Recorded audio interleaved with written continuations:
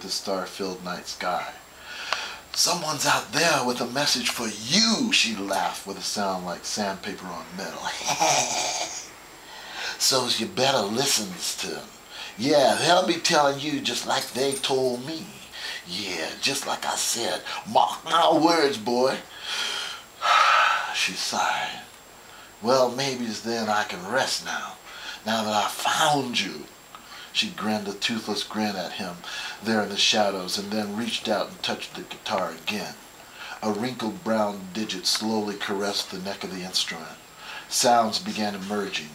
First, the meowing of a cat insistently, then growing louder until it was a lion's roar, reverberating with strength. Then it was an aircraft engine flying at full throttle, thrown into a screaming dive. Sounds continued to spew from his guitar, sounds almost beyond description, stars crashing into each other, planets being born, suns dying. It was all there, and they witnessed it. "What are you doing to my guitar?" James asked woodenly, trying to tie it all up. "It does make a pretty sound, doesn't it?" the old crone answered. "I ain't doing nothing. My boy, can't you hear what I'm saying to you?" She turned her exotic eyes upon him. "Don't you believe what I'm telling you, boy? There's powerful spirits reaching out to you, and I'm just here to introduce you to each other, if you want to meet them, that is." "So you're the go-between, eh?" asked James. "What do you get out of it? What's your angle?" "Me? What do I get?" She looked at him quizzically.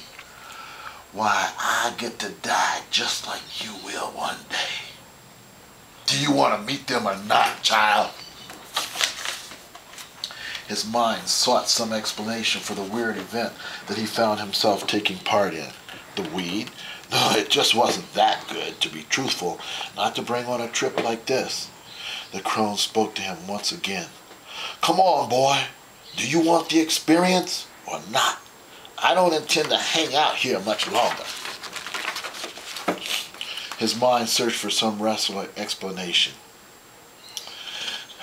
Just to prove it was real, he spoke to the crone once more. "Yes, I'd like to." Suddenly, the whole street was tipping. He felt himself sliding towards some abyss. Then he was falling and could not stop. I'd like to meet them." The rag lady chuckled again and peered even more deeply into James's face, directly into his eyes. Her hawk-like eyes seemed to grow brighter. "Behold, child, those who have been waiting and watching." James could not pull his eyes away from hers. He felt he was falling deep into her eyes, blackness rushing around him. Then he felt another consciousness, and then another, and another. 3 shadowy figures began to materialize before him. Each face was what he would have called angelic, except for the presence of a third eye.